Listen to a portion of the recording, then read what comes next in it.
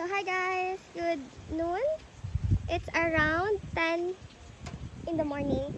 So let us go to the Stone House Villa. High Stone Villa. House siya kasi, look at that. Its foundation is a Need big to climb stone. those stairs, paakyat. And then, wait for it. Ta-da! Overview of the entire property. The mountains, yan yung villa kung saan tayo nakatulog kagabi. And then, yung avocado villa. Oopsie, there. So, this is our place for tonight. First room. First bedroom. Ayan. Very cozy.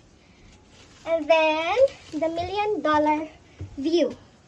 Ayan. Ha, diba?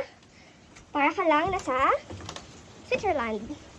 And then, merong chairs. This is going to the second bedroom.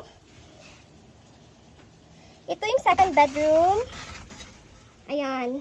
Pwede up to 4 people. Facing also the backyard. Ayan. Nakapalibot po sa atin ang maraming mountains. And then, this is the toilet. The toilet.